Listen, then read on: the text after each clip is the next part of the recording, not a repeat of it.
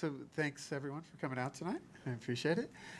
We're just going to go through, we're going to look first at the site plan, the two phases, the first phase, the second phase. Then we'll go through some of the building imagery. There's been a lot of development on the building, both on the inside and the outside, so we'll review all that with you. And then there's a short update from CHA at the end. But Jamie and I will walk you through everything. If we go ahead 2 slides, yep, to the site plan. So the site is broken up into phase 1 and phase 2, as we know. Phase 1 is going to be the varsity baseball relocation. That's a new turf field. There'll be some stormwater management and utility reworks in that area. There's a bunch of utilities to rework in that zone. And then the softball, varsity softball relocation to a turf field. The JV softball stays where it is, and then the JV baseball moves to a grass field down where the parking is on the south edge of the street that comes through. And then also the tennis relocation, and it probably should be on there just in the corner of phase 1 is the bonfire. So we did have a request from the township to put that on our site plan. So the bonfire will be, I got to turn it on.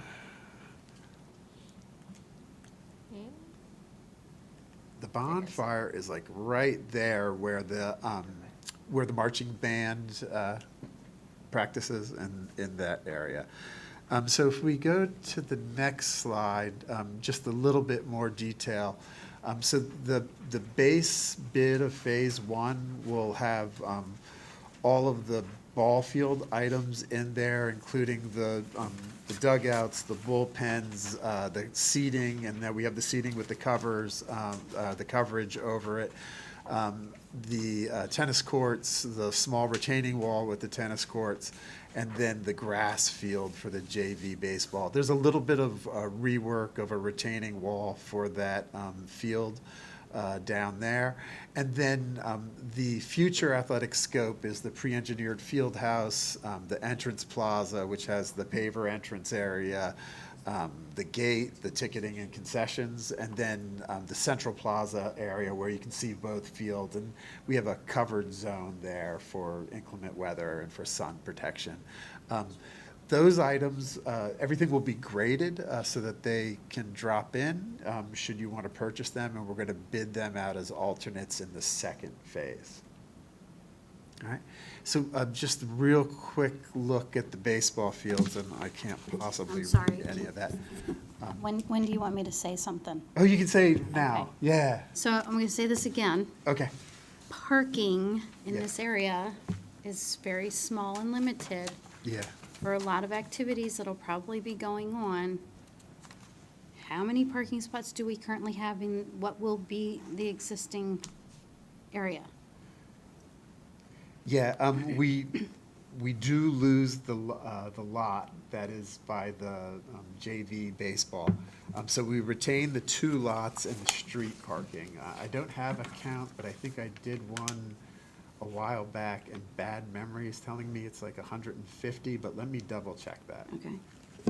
Do we, I told him our normal chauffeurs would make sure we got down there. Count real quick. do we have any sort of agreement with the office plaza that is behind there, where there's all of that parking? I know some people do park there for games, and it's often after business hours, and I wonder if that's something that we could, if most of the businesses there are closed by a certain time, perhaps we could, ask them if we could work with them on making that more, advertising it a bit more as potential parking. And if you go back to the site plan, that the one tier of parking is very close to the field and very far from the building, so I imagine it doesn't get too much use, so you could sort of get a few spaces within that zone, I would think. And we're counting spots right now. Yeah, I would also say that, although we're losing that parking lot that's near the current varsity softball field, the parking lot that's over by the JV softball field really is underutilized during the day. I mean, there's really never any cars parking there. you know, I would imagine that when they have softball games, that parking lot is obviously used, but maybe from the design end, we'll go through and we'll just do a parking count and then see how many exact spots that we have in all of those parking spots, as you see at the final design, and then we'll compare it to what we have now. Like, obviously now at the baseball field, we have that big senior parking lot where there's way more than enough parking. But maybe we'll just take a look and then do the counts for both and then see where we end up. And if you could go back to the full site plan, yeah. The one thing that'll take a little bit of heat off, I think, is that when we develop the second phase, we'll get parking here adjacent to the track. So the track should probably park in that lot, which is the overflow bus, so that'll help with the field sports at the other end.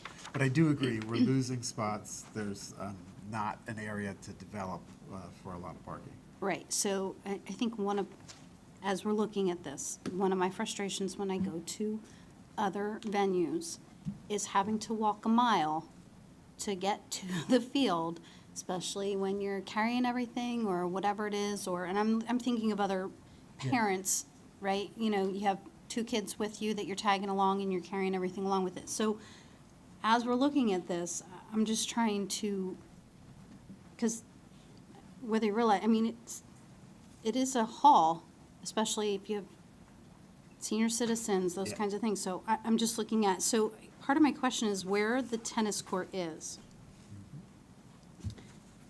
Is that the tennis court, and then is there going to be a hill there, or how is that going to be, or? Yeah, there's a little bit of a grade up to the sidewalk, I believe. So you're talking about from the street to the tennis? No, I'm talking about from the tennis court to where, like, going down to where 22 is, where I yeah. think that would actually be where the bonfire, No. So the oh, no, it's in between. That was, yeah, that's the the field. bonfire is sort of That's here, the, and then this is used as the a football. yeah, football like a practice field. practice field, and So what I'm just wondering yeah. is there a way to push the tennis courts back and put parking there?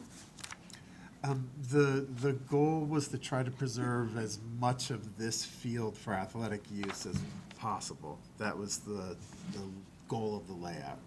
And then that area is also the laydown area for the construction team.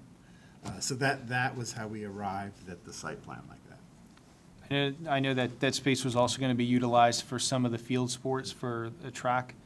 Right now, the discus is there, although the javelin in the end would be probably set up where the current band practice field is. Another consideration that I think we should look at, and we'd have to check with Palmer Township, is the Hartley roadway there to see if there is on-street parking on Hartley. I know that it was brought up a while ago, but we should check and see if that would be permitted, because then that would also account for additional parking on either side. People do park there, so it's not lined, but Correct. I want to say that I heard, my memory serves me correctly, that there will be. I'm not sure if it's going to be lined in the end or not, or if that might have changed. But I think at one time I do remember hearing that, but we would certainly need to confirm that. I believe I counted 120 parking spots down there. If that sounds like the familiar number, Bill. Yeah. And that's not the spots along the main campus drive, that's just the parking spots in the lots. So then you probably add in another 30 along the roadway, I would say. We should just verify that what is currently laid out there would comply with like handicap requirements. Yeah. Yeah. And all of those other requirements that we need to meet.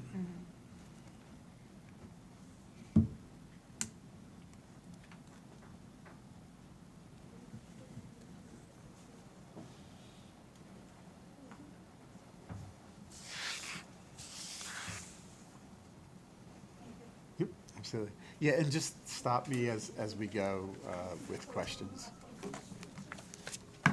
So just a quick run-through of the baseball. We have seat count of 359 seats, and you can see them broken out into the lower bleacher, upper bleacher, wheelchair spaces. And we'll show you in the next drawing which seats are covered. It's about the seats in the 6 area. There's also, in the number 5 area, there's sort of an area to sort of have chairs or blankets and sit on the grass as well. And then the field itself is synthetic, both the turf and the dirt. I want to call it mud, it's dirt. And then there's an area for a logo behind the home plate. And if you go to the next section, it shows the area of the covered seating and the protective fencing. So, you know, you're going to have a really nice kind of ball field experience with people tight to the behind the plate. It'll feel really good. And then you'll also have the more kind of casual seating on both sides, flanking both sides. We tried to keep, if we go ahead to the next slide, parity between the two, so they're set up very similar. It has a little less seating for the softball, 235 total seats, and then an area mostly number 4. If you go ahead to the next section, or the next drawing, which is a section of the seating. You can see how the canopy that's part of the prefabricated system with the press box fills out over the seating, and then the protective fencing. I would just say too, just for some reference, the bleacher construction there looks very similar to the bleachers that we have on the track. So those bleachers that were added there, similar look, similar construction. And so, yep, this slide. So then when we switch to phase 2, there's the proposed high school is the largest element of that phase. We have the proposed parking, both lots in front of the building. There's a small side lot off of the Performing Arts, and there's a proposed access road, which goes from just to the right of the tennis courts around the building and connects to the Performing Arts the Performing Arts lot. So you do have a continual loop, which will be really good for safety and also for maintenance reasons. And that also provides, if we go ahead to the next slide, the ability for the buses to come in at 2 locations. So one of the things we've been working really hard on the last month has been continual revisions of the bus layout. So we have a chevron layout. We're able to get 5 chevron landing spots for up to 70 buses in the front of the school. Each of the buses, the students don't have to walk in between them. They go right to the door, so it has the safest layout that you could have. And the buses will, sort of come in the morning and drop off. But in the evening, they go to their assigned spots. Students know where their bus is going to be, and they get picked up there.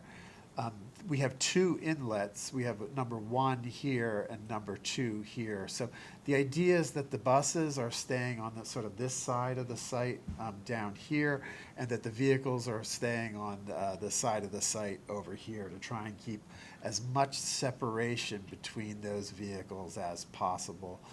We have a really strong pedestrian walkways going out to serve them, and then also pedestrian walkways integrated into the parking. We have, so the 70 spots in the front, there's 6 spots in the back for buses that will be used for athletics when they're dropping off to the gymnasium. That's the thinking there. But also in the morning, that will handle the life skills students who arrive, and they're a short walk into the building. We recently relocated those classrooms down to that floor so that they're very close to where they get dropped off, and that'll make it for a much easier transition for all the students. And we'll show you a little bit later in the rendering portion. We have a large canopy at the athletics. 1, there's a lot of people coming to events, but 2, it's also going to serve to hold students temporarily while some students swap buses in the morning. So it does give an area of refuge that's outside of the building for those students to kind of stand under and have cover. And then total parking existing on the site now is 943. All of our parking, not including the bus, on the site equals 930. So we lost a few spots, but when we add the bus parking, which gets striped for buses, also striped for cars in, we pick up 350. So we get to 1280-ish for total cars. So that's 1,280 close to the building and the front doors. I think it's worth reiterating just how much time we spent working on this and working with Ben, the transportation director, and and Kyle, and then the whole team to refine this design. It went through a whole bunch of iterations, making sure that we have the right sidewalks, the right ways in and out for the students, but not just for the regular buses, but for all the types of buses that come in and get picked up every day. And then also, Bill, I don't know if you're going to talk about the parent drop-off too? Yeah. So the parent drop-off comes in, we have an elongated sort of throat from 25th Street in here, and then the drop-off begins right around here, all the way around to here. So we have 2 lanes that go in a clockwise rotation. So that allows the students to get out on the correct side of the car, access to the sidewalk, and then they can go immediately in anywhere along that frontage, which I think is like 700 feet. And then other vehicles can also turn in the same way or come up further because there's a traffic in the opposite direction, and then access the parking stalls as they come through here. At the moment, the parking is thought of as first come, first served. So they're not looking to restrict it to zoning for anything. So if you get there early, you can get a spot up front, or if you do like the Japanese, you park furthest away, so the people who are late, they get to go close. Yeah, they actually do. Yeah. So I think everyone thought that was a good idea. I don't think we got any, I think we discussed. Yeah, we did. We discussed that with the teachers, and we got some feedback on it. And All I've ever wanted is an assigned parking space. yeah. And then we do have about 25 spots in the rear of the building for people who are working at the cafeteria and the maintenance. And then there are the spots also along the performing arts edge. And yeah, the Colliers team worked extra time this past month we went through about 4 iterations, 4 separate schemes, narrowed it down, got feedback 3 times.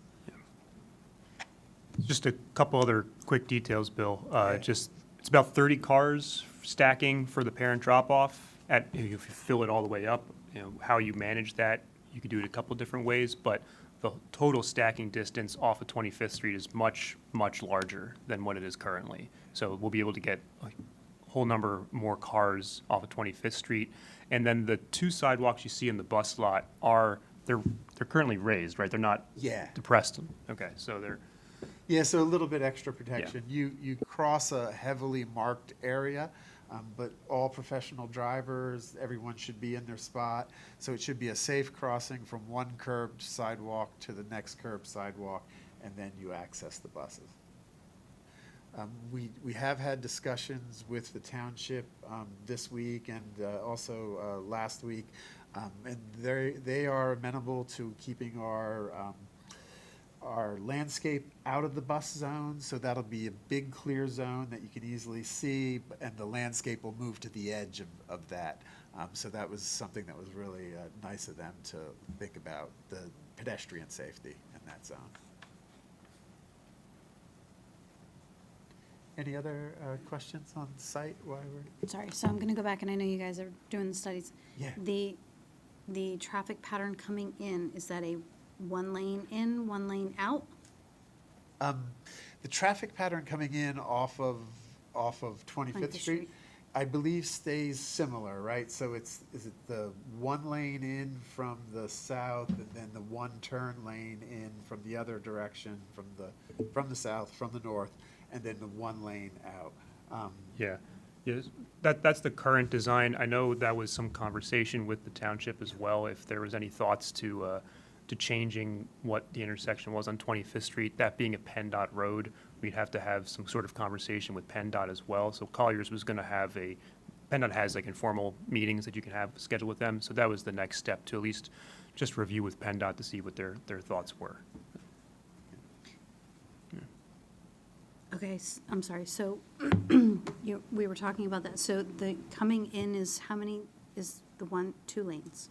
It's the, Coming in is, Two lanes two coming lanes in, in. once you enter into once you enter. the drive, so it's I'm coming off of 2 lane. 25th Street. I know I can turn left or I can come up, but when I'm coming in there, is that 1 lane? To drop off in front of the school, you mean? So Or just in general? yeah. just to enter, the little throat, the neck throat there. Oh, correct. It's 1 lane going in both directions, like Yeah. 1 lane, 1 lane. So it's 2 lanes just to get onto the campus, but you merge together once you get past the intersection. And then after they drop off, are they looping back? Or will there still be options for exiting both 25th Street and William Penn? So that's why the two-way traffic, right? Correct. Yeah, There's definitely 2-way traffic, but it's Yeah. only 1 lane each. right, yeah. So the currently, when you drive along the front of the high school, like passing the cafeteria, the library, and the front entrance, right now that is a one-way. Right. And there's parking on, I guess it would be the south side, like up to the bank. That parking will no longer be there, and that'll be traffic going both directions. And you could see it noted on here. Yeah, That would be that case up to that T intersection where you can turn out onto William Penn, like sort of by the track. Then it's currently two-way traffic, and it would continue to be that, if that makes sense. so if you're coming though, from William Penn, are you gonna be able to do parent drop-off by coming in? I'm just trying to think of people, once they've dropped off their student and they're here, right, after they've dropped Yeah. off their student, like, the idea that they would then turn left seems to be, They could turn left or right. They could go left or right, yeah. Out of any of the, I mean, the separation between, again, you guys can correct me if I'm wrong, but the separation between the buses and the parents comes in the parking lot. Yeah. right, I don't think we're, right. at this stage, we have not talked about parents have to come in, 25th Yeah. Street buses have to come in. Because in speaking with Ben, I don't know that that's possible. for Right, every bus right. to be able to do that.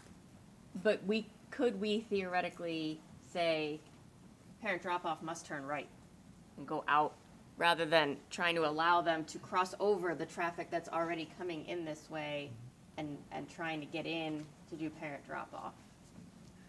Theoretically, yeah. Theoretically, we Yeah.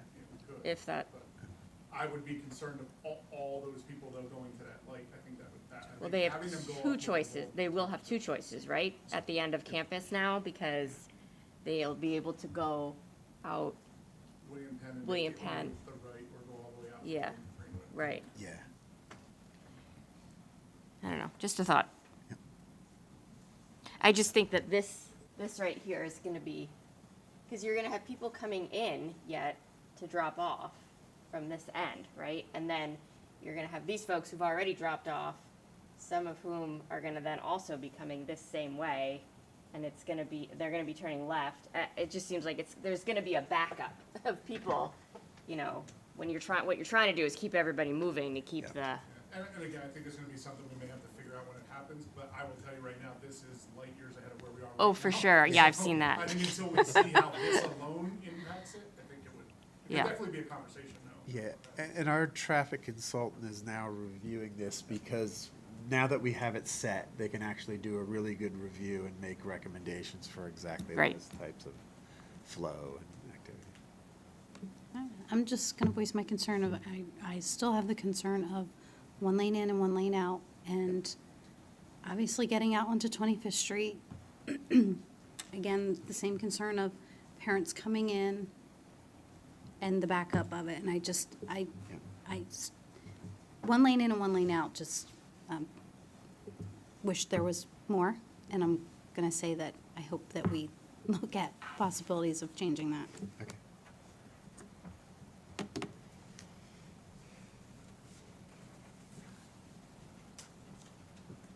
Any other comments on the site plan? All right.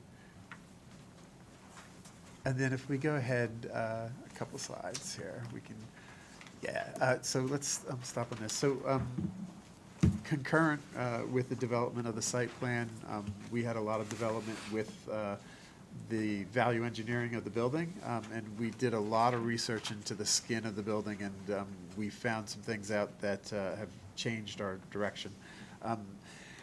We talked with a bunch of precast contractors, and the outcome has been that precast concrete is currently more expensive than brick, and it's also requiring a greater distance for installation, which is something that we can't change because of the distance between the two schools when they need to be together. So brick is more than $20 a square foot less. So when you think about all the square footage that goes across, it was a very easy consideration to look to moving towards brick.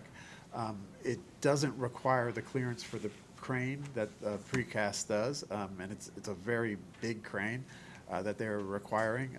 And both systems offer, good aesthetics and good value, lasting value.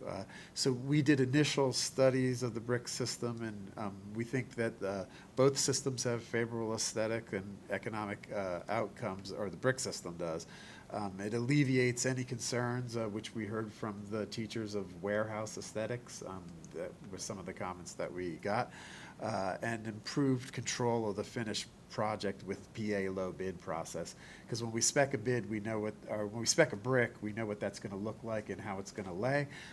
But when we specify concrete finish, if we get the wrong bidder, we can have a lot of trouble. So those were some of the things that led us to do some quick research into what the building looks like as a brick building. And I will show you the comparison images, and then we'll run through the renderings. So the next slide is sort of the before, right? This was the athletics elevation, the 25th Street elevation, and then the Route 22 elevation that we had rendered as the concrete panels. And then when we go to the next slide, it's the same building, the same elevations rendered with the brick. We haven't yet narrowed down to the exact brick, but we do think that a red brick is something that historically has been with the school over time, and is something that we're also looking at. If we go ahead one slide, I'm into some of our concepts for the history. So obviously we've changed one image on this, which before was concrete, and now brick. We're looking at the simplicity of brick in the mill buildings, the daylighting of those buildings, steel and silk as the sort of driving force. So although it was economically driven and also kind of buildability driven, we still feel really strongly that it's a good looking school, and that it's a good looking product and appropriate for its use. Yeah, just to add, Bill, I think this was a good process to go through it at this stage, and collaborative between the whole design team and the steering committee to make this decision. It wasn't taken lightly, especially because, everyone, I think, aesthetically was really happy with the precast design. But there were certain factors which, Bill, you illustrated, we just couldn't change. The budget being one of them. It was in the millions of dollars price difference. And then just the buildability. We were scratching our heads of how to get a 500-ton crane to swing concrete panels when they need 50 feet of clearance just to get the crane in, and we only have 55 feet between the two buildings. Can't really change that. So we had good conversations with the contractors, and there's some really good local precast guys out there. There are also some less ideal precast guys out there, and not being able to confirm who you get on bid day is a concern. So And they're busy. Yeah. It was hard to Yeah, get it was. to beat them. So they were very busy, but we're very thankful for the two that came to the table and worked with us. So if we continue ahead on the slides, our basic building, we're looking at sort of, is it the back side, is it the front side? Just the north bird's side view, right? So a lot of people will see the building from 22, William Penn Highway up here, and then 25th Street over here, right? So we have the Performing Arts Wing facing 25th Street with the academic, the sort of nose of the academic wing. The long face of the academic wing and kind of the back of the athletics sort of buried along the 22 ramp. And then from William Penn, we'll show in the next view, if we go ahead one, that what you see from the, guys, can we go ahead one? Next slide, please. Yeah.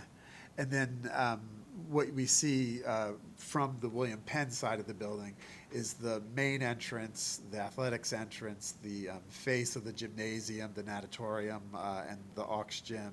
And then also the from 25th Street, you see the face of the band rooms, the orchestra rooms, and the mass of the auditorium. And then again, the courtyard in here, and then the area where the band will practice right outside of their zone. So you can see how the frontage relates to the drop-off, and then also the buses kind of relating to those two zones. So these are just sort of diagrammatic massings of the building. And then the next slide, I believe, is a rendering of the front entrance, right? So a clearly delineated front entrance that'll have a good presence both day and night, very visible. You'll know what the front entrance is. It's flanked on both sides by the main office and the nurse's office. We have security facing outward, so they have their eyes on everyone who's coming and going, and also the doors. And then the main sort of academic wing starts running east to west. That connects the gymnasium over here to the auditorium over here, and then off the back is the 3-story academic wing. So you can see the 2 lanes of traffic that kind of go counterclockwise here, and then the one, or clockwise, counterclockwise, and then the 1 lane of traffic that goes clockwise in the opposite direction. So that's really facilitating the 700 feet of drop-off. And then in the next slide, we have the view at the corner of sort of 25th Street. You know, if you were turned 90 degrees on 25th Street, right off of it. Sorry. Yeah, I'm go looking ahead. at that. Can you go back to the Yep. previous one? So you're talking, these are the 2 lanes there for parent drop-off? Yeah, exactly. So where, when students, parents, kids, whatever, are parking and they're crossing over, Yep. where is it that they're gonna have to go to the other spot to the sidewalk? Because I can picture kids being like, I don't have time and I have to get in, and they're gonna be walking through the parent drop-off as cars are coming and going. Yeah, you do have to cross over, and we have a crosswalk right at the main entry. So like at the point where that it would be convenient to get to the doors. Is there any opportunity to like add like fencing or bollards on the parking lot side to help shuttle folks? I'm just, Probably landscaping Yeah. more than bollards, I Yeah. don't think would work. Landscaping would be a better deterrent, or possibly low fencing if we wanted to really cattle run them. Well, no, I was sort of thinking the same thing of Yeah. even in the busing area, because I can just Yeah. picture kids getting off the bus and going between the buses versus, I mean, we're all kids. Yeah, I used to run late. yeah. Yeah, I mean, and believe me, I've looked at this too, but theoretically, they're gonna have to cross it somewhere. for Yeah. traffic. No, I get that, but I guess it was more the deterrent part of it, Yeah. of saying, okay, well, yeah, I We can have to walk do through that. landscaping, and you're gonna have people, and you're gonna have that trail that goes through the landscaping also, I'm sure. Yeah. But, Well, you're gonna have to have a person there because you're gonna have to hold parent Yeah, drop-off which traffic. we currently do now. Right. Yeah.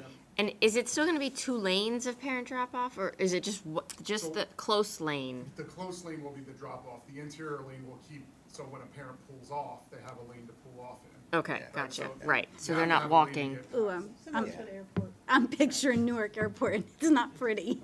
Yeah, Because right now, we have that situation with the way we do it now. You want the parent to pull up as far as they can to the, but they pull up to the closest spot to. So you inevitably have parents pulling around to leave, or else they have to wait for every parent in front of them to leave,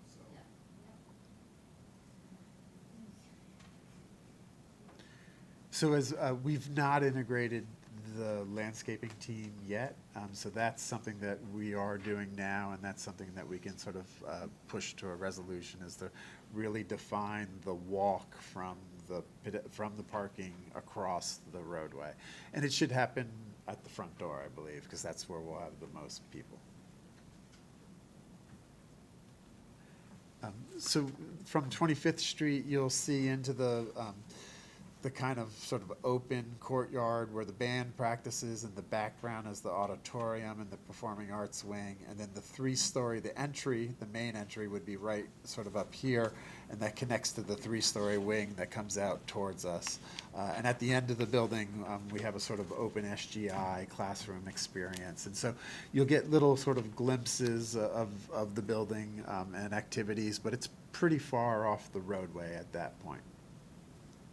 And then in the next slide, we're looking at the view that you would see from the off-ramp. So the stair that we were just looking at on the corner is here.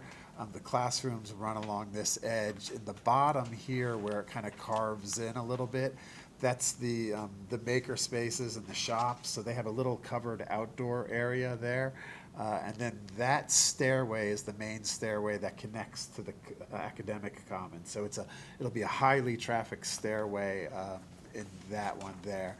And then the bus parking for dropping off of athletes in the evening would be around here, and they would be coming in this side and going straight to the locker rooms and the gymnasiums. And then if we go around, so we're continuing to go around the building, we end up back in the front. The main entrance is over here by the window, and the entrance, which we'll show you other views of for athletics, with the gymnasium, the natatorium, and then there's the aux gym and the weight room is sort of in that zone. And then that doorway there with the window, that is the athletic office. So when we show you the close-up view, you'll see you know which is the office, which is the main entrance into the gymnasium. It works well. And it has a large canopy here to facilitate the holding of students with the buses and the transferring of those students.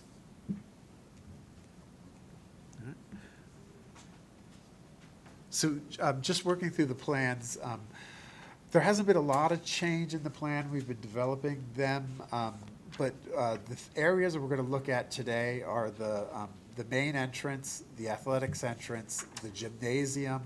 We're going to look at this classroom right here, which is a pretty good typical classroom.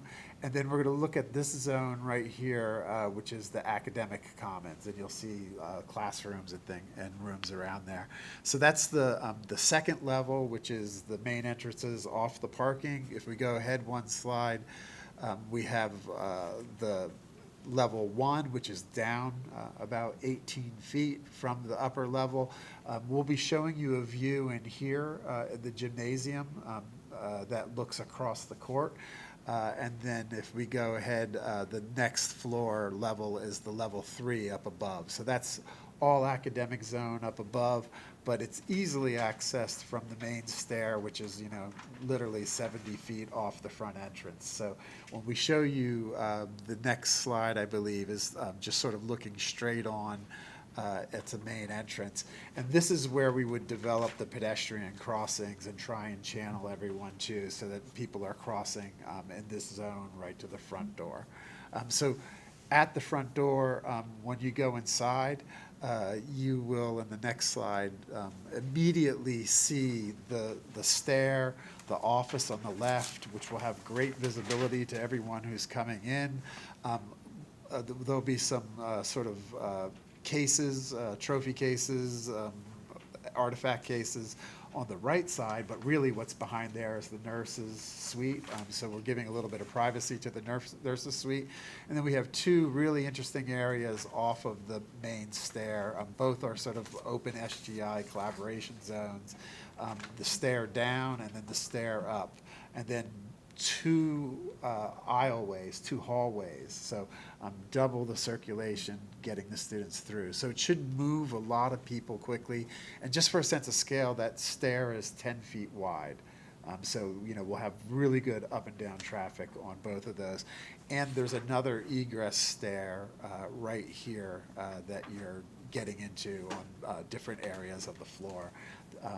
When you do come in, if you're going to performing arts and you're handicapped, you'll go straight to the elevator, which is right there next to the A200, and you'll come down and go right over to the performing arts, which is just off to the right side. Yep. If you want to go to the next slide. Thanks. So this is kind of a storyboard of materials that we've been looking at using for the interiors of the project. Looking at terrazzo floors through all the corridors with some, the Easton logo insignia at select locations throughout the building. Looking at for the classrooms for VCT, which is a standard material that's used through a lot of the buildings of your district and the newer ones. And then carpet tile in some of the admin office areas, some of the library areas. And then for wall materials, we're looking at mostly fields of gray and white with accents of red every so often to really emphasize, the Easton pride with paneling and paint. And then as well as bringing homage back to the existing school with some wood accents, as well as wood casework, all being kind of the darker warm wood. And then we have some dark metal accents as well, some darker metal panel accents. And the big two, that's kind of be our wayfinding access for the whole school. So we'll have some really large numbers of, this is the A wing, this is the B wing. So we haven't identified that just yet, but that's the plan at those, big circulation markers to have those big, large numbers so that the students know where they are throughout the building. You can go to the next slide. So like Bill said, this is still kind of standing in that main lobby space, but we're looking off into the left side towards the main office. So you can see we're clearly identifying this is where administration is when you enter the building. And you can see off in that corner there, that small group space in the hallway with access to one of those classroom spaces directly behind it. So how we're kind of pulling through those red accents without washing everything in red and really kind of scattering that throughout the building. And you can see above how we're using those clear story windows to pull the natural light deep into the lobby space there. You can go to the next slide. I'm going backwards myself now. So again, this is kind of another just slight shift to the other corner, where we said we're gonna have some, display opportunity for artifacts, homage to the old school. But we're kind of mimicking that wood paneling right when you walk into the main lobby. We're trying to express that here as well. And then again, another corner spot for breakout space, or we have, your main announcement board when you walk in the building. We have an image of the rover report there with some imagery of the rover, trying to pull all that together. Go to the next slide. Is that a new, corridor or SGI, open SGI on the third floor there, or is that? That's been there. Okay. Yeah, it's kind of a crossing between two SGIs, so. It looks great. Yeah. Yeah, that's just like another angle we haven't really done yet, so it's been, straightforward. So like, here's an image of the one there. So past that would be the stair that could get you also down towards the auditorium. Yep. So if you're a spectator and you don't need access to the elevator, you would go down that corridor, down this another open stair to get into the auditorium space. So, that upper level could also be used as staging or for people waiting for their fellow family members who are coming to a performance space, and then there's another commons below that as well. But there's some break-off space there with some countertop seating for computer use and a bench and a flat screen. And we've been activating these small spaces as far as lighting with these square lights that have acoustical pieces in the center, so to help absorb some of that sound with all those hard surfaces around them. We don't want to put carpet in those sections because they'll get beat up with so much foot traffic, but that'll help, deaden some of that sound there. And you can see the ceilings throughout. Most of our ceilings are going to be the lay-in ACT with some accent ceilings every so often throughout the building. You can go to the next one. So still remaining in that lobby, now you can see that small group, and again with those square lights, kind of noting that space. Here we have, some whiteboard display out in the hallway for students to use, some high-top seating for computer use, just another gathering space outside of a classroom area that the students can take a break at for an open period, or, there's a free lunch period, or, however the space wants to be used. And you can see kind of down the hallway, that would be heading towards the athletic wing on the left. You can go to the next one. So, and this is going to be our kind of standard for the classrooms. This one, again, has that SGI in front of it, but the entry point is pretty similar throughout the building. So we have the door with a light inside the door, and then clear story, a transom above to bring that natural light through into the corridor, as well as the windows next to it. So below that, inside the classroom, in the next view, you'll see the casework there. But we want to keep these windows so that we are bringing that natural light into that, our triple loaded corridors to get that light into those interior classrooms once you get to the back of the classroom wings. So, and we're going to accent those entry points with the red there. So this is an interior of those classroom spaces. So, we said the VCT flooring. We have, acoustical tile ceilings, ample whiteboards, shades at the new windows, all the things that the teachers kind of have been expressing and asking for. And then the thing that you really don't see is the VAV system for the air, so that one of the major sort of issues in classrooms is acoustic. And so having a VAV system and not having a air conditioner in the room will make it an even experience, equitable for all students. So the people who are sitting next to the air conditioner can't hear, but everyone else can. So that environmental change in all classrooms is going to be very big. And as far as the furniture that you see here, these are just kind of placeholder images, so we'll have a whole nother conversation about what types of furniture you want to look at for the building, if they want to be on casters, not on casters, storage underneath, things like that. So this particular one is more flexible. You can pair the desks together to become small groups and things like that. But having, those IPCs where the teachers kind of have their home for their stuff allows for more of a podium style for teaching, and just really a spot for the Chromebook for presentation. So more space, for the students to collaborate in the classroom. We're trying to hit about 60-40 on the windows to the mass, so that we get a good amount of light, but we don't get overlit in the rooms. It does vary by room, so each room will feel unique and have a unique lighting condition. Go to the next slide. And we all are also meeting with the teachers, right, for another round of Yeah. end user meetings. So we had our initial round over the summer with some specific end user groups, band, science, librarian, the art teacher. But we'll have a second round of this where we have a more refined design. And I think this is the max amount of seating, right, we said? Yes. Yeah, 30. Yep. If we go ahead one slide. Sorry, you said this is a general classroom? Yep. Yeah. Okay. So is the little wood thing there the only storage that's in these rooms? No, there's more, there's the storages along the outside, the corridor wall. So, within that space, we have a tall cabinet and a couple base cabinets with some countertop storage. Again, with the teacher not having ownership over these classrooms, we do need some storage for ELA books or those kind of items that are needed, but you don't need a ton of storage because there's, no one owns a specific classroom. They'll kind of be moving around as more of a university style. So, you're still, I'm sure, gonna have this is a social studies wing and certain things that you want to put up in the classroom, but we're just making sure that there is the items that are needed there to have the class there to operate for those teachers, so. Yeah, because, and I never remember what we actually called it, but because we plan to have some of those common spaces, so our teachers would have The IPC, Yeah. the planning center. the planning center, Yeah. yeah, so they would have a home base where they have their desk and their coat closet and whatnot in an off-site space, so these rooms can end up being shared as necessary, so.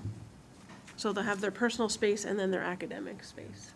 So it's more like a college where you're moving around to different rooms and people are moving. Except for the people who need to stay in a room that's obviously, Yeah. a wood shop Right. or a science room. Yeah, those rooms are definitely different than the general classrooms. Those are more designated because science has chemistry and bio and earth science and physics and all those things. So this is more for English, language arts, world language, social studies, those types of classrooms, so. So this is going up, or no, slightly down the corridor into that, central access where the angled classroom bar is meeting that main drag. So this is one of those intersections where you see, basically that main, egress stair straight ahead at the middle. And like I said, we're showing this, very large wayfinding signage, with some district branding to show this is where you are, this wing, these classrooms are this way, these classrooms are that way. So trying to make it large and visible for the students, when there's a good population coming through here. And again, you'll see at this small group, we're looking at, a different color to designate that because it's a larger small group off of one of those classrooms. So bringing that red in and still signifying it with those lights and some of that furniture. This is outside one of those spaces that would have one of those sliding glass doors that could open up to the classroom to that small group space. And then in the next slide, you're just seeing a close-up view of that. So down where the person is standing at the far end of the hallway, that's one of the administrative offices. This one? So right in the middle where all the students kind of hang out, the administrative office, so it's very close to all the students interacting with the students. The classroom that you see in the background, that has what we call a mall front door. You can open or close it. We're probably going to look at whether or not it needs a film across. But the idea is to transfer as much light into that center area to make it feel good and to have a really good environment. And for those classrooms to be able to break out into those spaces and use it. So some classrooms don't have the ability to break out into those spaces, but these might be classrooms where you're really breaking into teams of like 2s and 3s and going out and utilizing that space. The space that's under the canopy of red, that's a small group instruction. So that's something that you currently don't have a lot of. So we have these throughout the project. And we have 2 very large group instruction in the front of the building. You can go to the next slide. This is just a direct view of looking into that, that small group space that opens up further into the corridor. So you can see, that interior space doesn't have, of course, access to the outside natural light. So that's why we want to load this up with all of that glass so that we can pull the natural light from the side 2 classrooms into the middle, and make sure that it is, has access to that. Of course, the lighting in here is going to be new updated LED lighting, so the lighting itself will be wonderful, but just to have that visual impact to the outside is also good for these middle spaces, so. Next one. So we're going to switch gears, we'll go to a different area of the building. This is, if I was walking from the main entrance across the front walk, I would approach the athletics entrance from this side. Some people will park in that area and approach from this side. So it really gives you a sense of the canopy, which is about 40 feet. And you can see by the scale of people in the morning that we can hold a bunch of kids out there if they want to hold out there waiting for their bus if it happened to be raining. If we go to the next slide, this is kind of the view that you would have if you're coming from the bus into the gymnasium. So the gymnasium is the mass immediately to the left of the canopy. To the right of the canopy, further back, is the athletics entrance and office, and then the main doors into the athletics common zone is under the home of the Red Rovers there. So the next couple slides are sort of progressing through into that space. Yeah, so this is after you would pass through those main double doors. The ticket office for athletics is right there, and you could also enter in the athletic suite past that point. But the kind of red portal you see in there and the additional wood, that is the entrance into the main gymnasium on that upper level. So that's where you're going to enter from the track and then go down the bleacher seats. So we wanted opportunities for visual into the space from that hallway, as well as having opportunities for trophy cases and display and things like that, and some bench seating for people to sit. You know, having it be, a major display of all of the athletic pieces. And then kind of designating this main drag with a different type of ceiling up there. It's like a metal perforated ceiling that that has acoustic padding behind it. So still a different type of material, but, looking at that steel, but it will still have this sound attenuation for large masses of people coming through there. Very good. Next one. Again, that's just kind of looking directly down. You can see the upper commons there on the right. We're calling it that kind of like airport loungy, more space off of that. And then you can see the entry point to the athletic office. The stair past that will take you downstairs to get onto the gym floor itself, if people do that. And then you can see the trophy cases in the main entrance to the gym there. And then this window right here, that's the security office for that zone. So we have the main security at the front desk. We have a security office at the athletics entrance, and we have a security office down by the cafeteria towards the back entrances. And we had done a review with the security team on those spaces and those locations, and also of the parking areas in the front. Yeah, we don't have a view, but we're planning to hopefully, when you come down that stair, to have like a wall of fame there, so that it builds upon the future athletics and really highlight that stuff as you're coming down to get to the main gym floor. You can go to the next slide. So again, this is looking into the gym. Like we said, the spectator would enter in at the track level and then walk around and then be able to come down the bleachers from either direction on 3 sides. You can go to the next one. So this is a view standing up on the track, looking down at the main gym floor.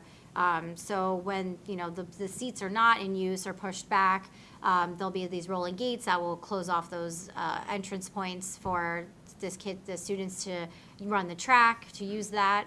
And it'll show, the cross courts at that main gym. But this is what it would look like on a typical game night there. And you get a nice peek into here is the main fitness weight room. And then over here, these windows are the aux gym. So there's a really good transparency and connection between the spaces, which will be excellent for the physical education that happens there and the sort of monitoring of all the kids. And also kind of a little bit of an excitement of what you see when you're there for different events. Mm-hmm. Go to the next one. For 3,000. 3,000. Yeah. So that's in the seats. That doesn't account for seating on the floor, so. Yeah. And then this is when you're standing on the main court there in the corner, looking out at the main stands. So the windows that you see on the front of the building are up here.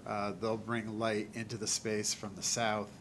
We have 2 small bleachers at either end that are under the track zone, and then the 2 large bleachers that sort of are on the sides of the stands. And we have a good amount of space between the playing surface and this zone to keep good separation between athletes and spectators. And then the locker rooms for this room are underneath the backside of each of these bleachers, so they enter around the sides.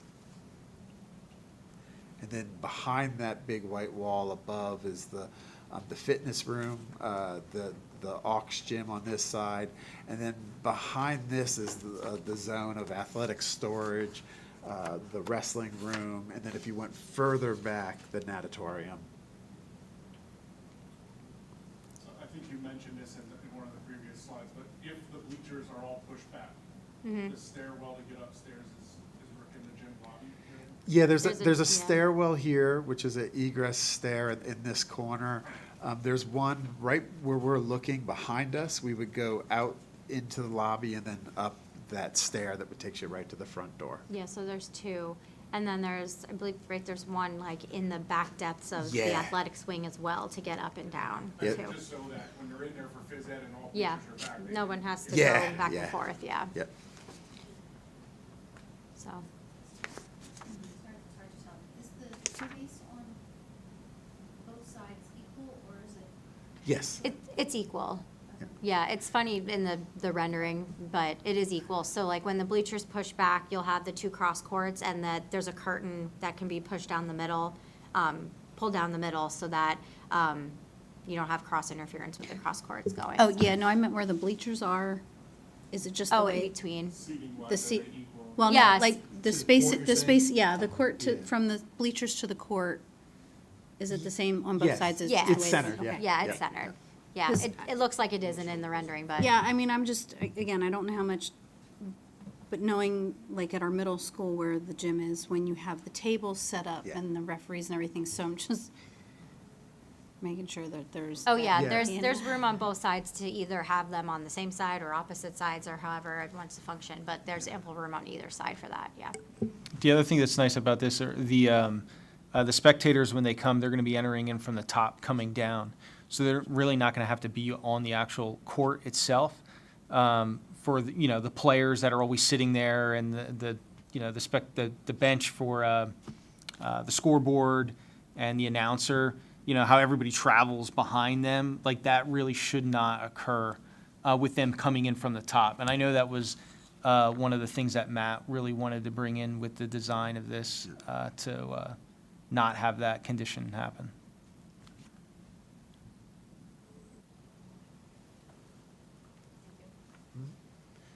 Yeah, and besides athletics, it's a space that'll hold the entire student body, which is really important. That was our big goal for that space. Yep.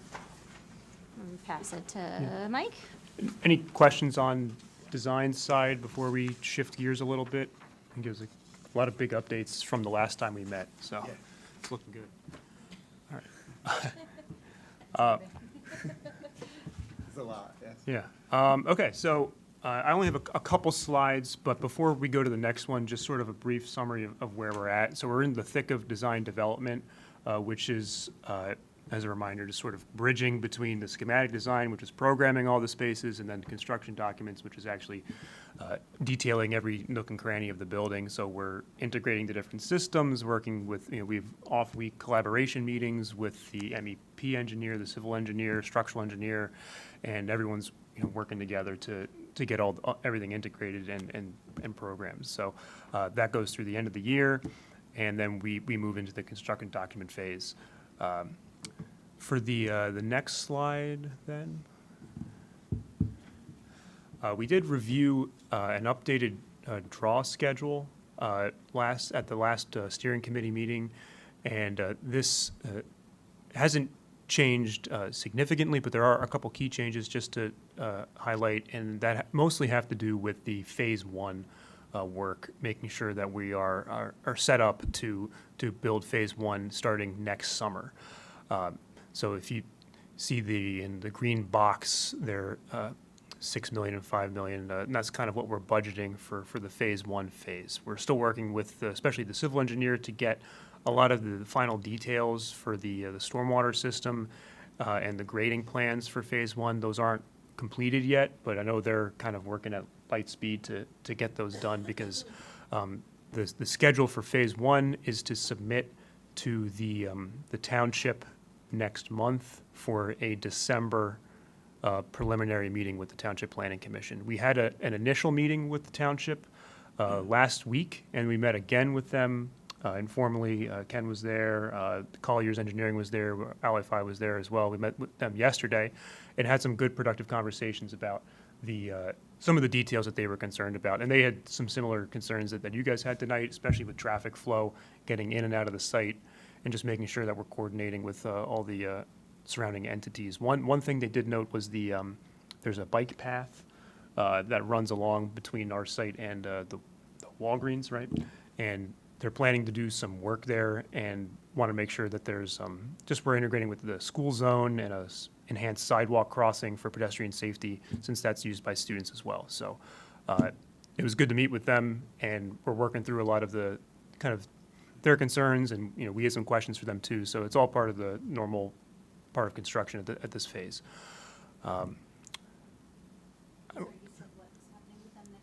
We're submitting, Colliers Engineering is submitting the preliminary land development plan for phase one, and that will be then on the December meeting.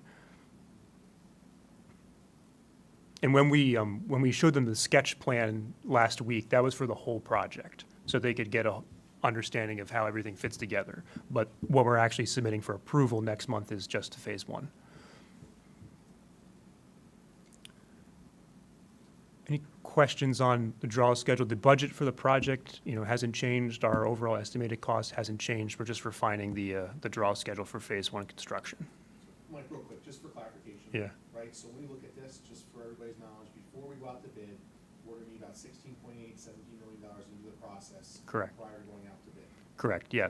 No, it's worth pointing out, the numbers on the bottom are the cumulative costs, so by the end of 2026, you're exactly right, yeah, $16.8 million. When we go out to bid, we'll be about 22.8 into it already. Correct. And so that's important. I know Meg and Yeah, Jody already yeah. know this, but it's important, you know, just to note for our board members who may watch this later. We've talked about this a number of times, that the commitment to kind of continue to put that 1.5 tax increase aside, so raising whatever our base tax is by 1.5% is going to be critical over the next, 5 to 7 years for this project to move forward. And I say that because for example, if this year we decide we're not going to do that, we've spent, $22 million, and we're gonna put a halt, more likely than not, to the building, until we're comfortable that we raise the capital that we need to do the building. So it will be an important board conversation and community conversation that we've had a number of times, but to continue to reiterate that, our commitment to this building is also a commitment to our tax base, as we're working through all of that. And Jack will certainly capture that in our presentations, but it bears repeating over and over and over again, because it, our community needs to understand that burden, that they're helping to shoulder on behalf of our students and community at large. Yeah, just to make sure I was being 100% clear, at the end of 2026, which would be going out to bid for the building, it's about 16.8 million. Then the start of the building construction, so halfway through 2027, is that 22.8 number. So just, yep. The next slide, please. So the text is pretty small on the screen, but a little bit bigger on your papers in front of you, and it's tough to show all these dates, and we're not going to go through line by line, but this is just sort of a fun Gantt chart schedule, to be official, of the next couple months to get us from now to the bidding phase of the project. Just a couple things I want to highlight. Design development, where we are now, takes us through the end of the year and a little bit into 2026. And then that dovetails into the Act 34 hearing, which we've been meeting about and talking about with the design team and the steering committee. But there are board actions required as far as Act 34, which we did the Plan Con A and B last month. And then the next step for that is approving the Act 34 booklet, which would be in the next couple months here. We have yet to refine a specific date, but coming up. And then once the booklet is approved, is advertising for the Act 34 hearing, which is a public hearing. That's recorded, and there's a legal document, and then the Act 34 process would be closed, and we would approve the Plan Con D and E. So there's nothing that has to be done now for the board, but Josh? Yeah. No, I Yep. appreciate that. Yep. I know we looked at the Act 34 booklet, and we backtracked it, Mhm. to see, when we need everything done, and Jack is involved in that. Yep. The last thing committee was just asking a question, that, was there anything that we were gonna need to have board approved in November? I didn't recall it, but I wanna clarify, because I wasn't sure. Right. We can have it approved in November. On the design development schedule, that's when we have it penciled in. It doesn't, that's not we don't hit the November date, that doesn't stop anything on the project side. But, we don't want to drag it out too much beyond then. Yeah, Josh, the only thing that needs to be approved by the board first is the motion to advertise for the hearing, which is at least 20 days before that. So, and that's where we could, present the book there, if we don't have some kind of approval before that time, so. We like to do it really kind of drawn out, just so you have the board to have time to review the booklet, approve the booklet, then advertise, then have the hearing, but yeah, there's some flexibility there. So the current hearing is mid-January. Yes. Right, so, we would look to advertise prior to that break, prior to the new year, which is why we're backing up, backtracking that date, so. No, I guess I'm looking at this because as we're talking about this, November, right, is when I think we were first originally thinking that was going to happen. And part of that is the concern of we're going to have new board members. Right. So if those new board members do not approve this, then what? If we don't have enough members to approve that, then what? To approve the Act 34 materials? Mhm.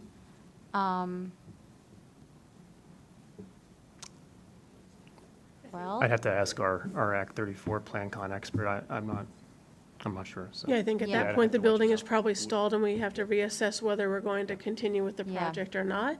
And the money put forth for the work that has happened so far will be spent and either wasted or put on hold until the project picks back up.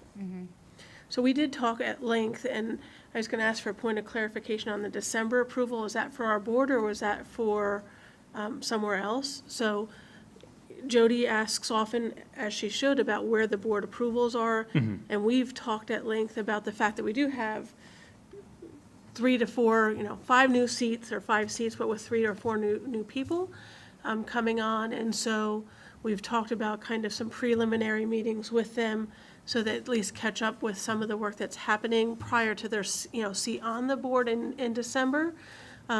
But we also talked about needing to be strategic about allowing them time to acclimate to their new role and to the seat and some information. So I think that's where we talked about January as well. We just have to, work with you to back map what that looks like in those critical portions, make sure that we're either, we as administration giving the new members information ahead of that, or Right, pushing our schedule wherever it makes sense. So yeah. I think Yeah. that's what we'll have to Yeah. continue to so, massage. and during, if it was part of the moratorium, if that did not exist and it was a reimbursable thing and we were going through the entire Plan Con process, the Act 34 hearing would typically happen at the end of the design development process. So, the beginning or in November is where we're at 60%. So I think we definitely have some leeway to push it back if that is the desire to do that. Yeah.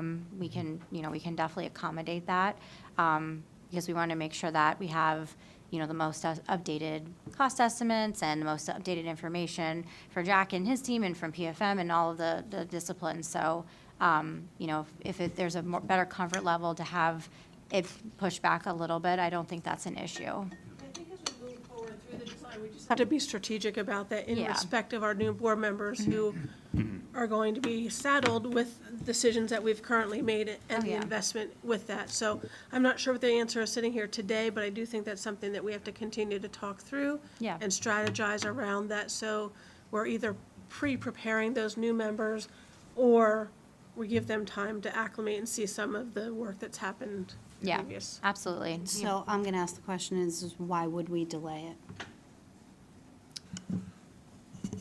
So you'd think you'd rather So- do it before? Most of the people that are on this board have approved it. And I get it. I've sat on it where things have been approved in schools and things have been done, and I've come on and maybe I would have agreed with them or I wouldn't have, but this is the direction that this board is looking to go. So you're And thinking So- move forward with it in So I'm November. I'm asking why we would wait to, are So- you agreeing? Yeah, So- if the board approves the motion to advertise, then there's no other approval after that because you're approving the advertisement to have the hearing in 20 or more days. So the approval is done. The hearing itself is just like a public meeting, and then there's a period after for comments to come in. But once the motion to advertise is approved, then your approval is in. Right. sorry. And Sorry. it doesn't mean that we can't put it on hold if those individuals or whatever, it would still be the same process afterwards. So, Jamie, I think, so there's two things I want to mention here. Yeah. Based on this conversation. So, the original reason why we were going to wait until December, my understanding after all our Yes. conversations, was because it was an aggressive timeline to get the booklet done and to have Jack's piece of the drawdown Right. and financing plan because of the audit. That was the delay. Yes. So we couldn't be aggressive and get that done and backtrack it to November. However, let's park that for a second. Right. And after this last conversation, is it, I'm just gonna ask this question, I don't know how people feel about this, but is it reasonable to have that approved at hypothetically in October, like next week? Right, so I'm just asking, like, or November, it's okay just to have that approved, the hearing. That's the advertisement. We don't need the booklet with that, Yeah. that board vote, correct?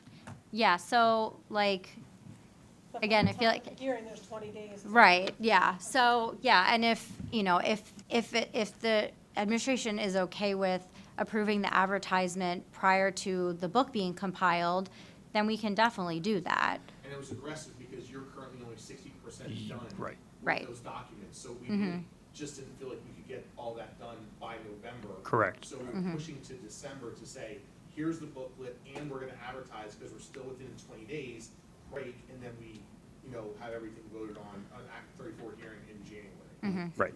But we could hypothetically. Yeah, it could be, yeah, it has to be go at in least 20. November to say, we're advertising the hearing, although our, book might be at 85% done, for example. Yeah, yeah. In the past, PDE would do a cursory review of the booklet and sit and make sure that everything was checked and marked correctly because there was reimbursement involved. But we're only doing it because it's a new building. So, yeah, I don't see why that Yeah, I wouldn't be an think the option. potential of November is a fine option. October is not. That means that it has to be prepared by tomorrow, and that's just not acceptable, so.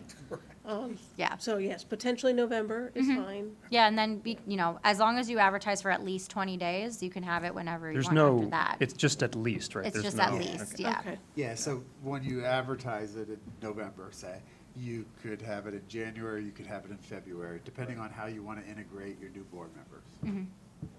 Yeah. No, it's okay. Yeah. All right.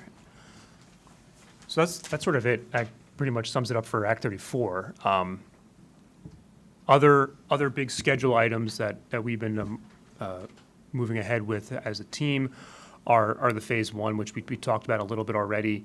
Again, I think it's worth reiterating that it's an aggressive timeline for Colliers for the design standpoint, and then also for an approval standpoint. But, we continue to ask Rick Roseberry with Colliers, and he is the best pulse on the Conservation District timeline for approvals and also the township. And, they're still comfortable with the dates that we show for Phase 1, which would be getting a permit and the Conservation District approval by June, July of next year.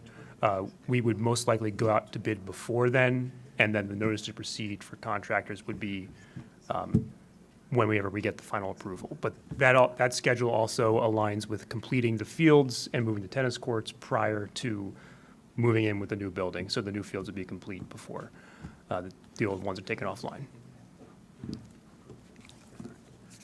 Any Phase 1 schedule questions? And then the next slide then.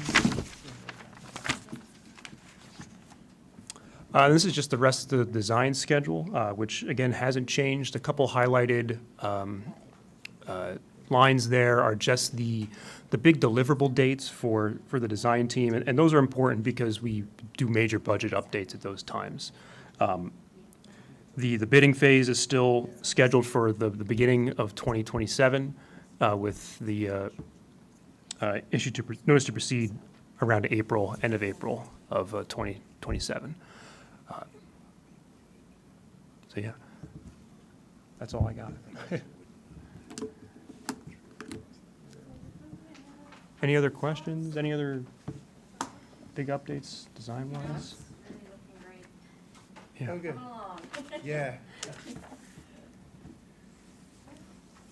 Great. Yeah, thank you guys for coming out. Yeah, we appreciate all your time. Thank Yeah, you. thank you.